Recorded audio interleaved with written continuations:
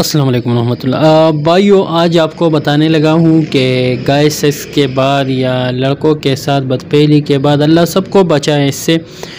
इसके बाद गुस्ल करना कैसा है और क्या करना चाहिए, तो इसके बारे में बहुत से मशहूर है जो कि वो गलत बातें हैं। मैं आपको सही बात बताने लगा हूँ कि खुदा न ख्वास्ता अगर किसी से ये गुनाह हो जाए कि लड़के से वो बदफेली करे तो उसको नहाना कैसा है, उसने गुस्ल कैसे निकालना है, तो उसका अब वैसे ही तरीका है जैसे आम है।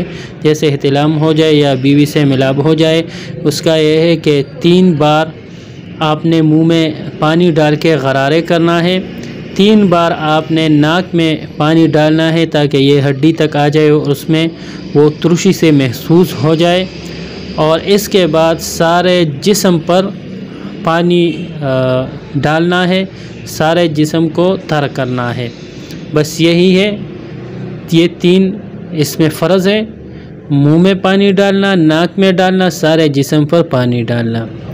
अगर वीडियो आपको अच्छी लगी हो तो लाइक करें, चैनल को सब्सक्राइब करें। कोई भी बात पूछनी हो तो कमेंट आप पूछ सकते हैं। हमको दीजिए इजाज़त। अल्लाह हाफिज़।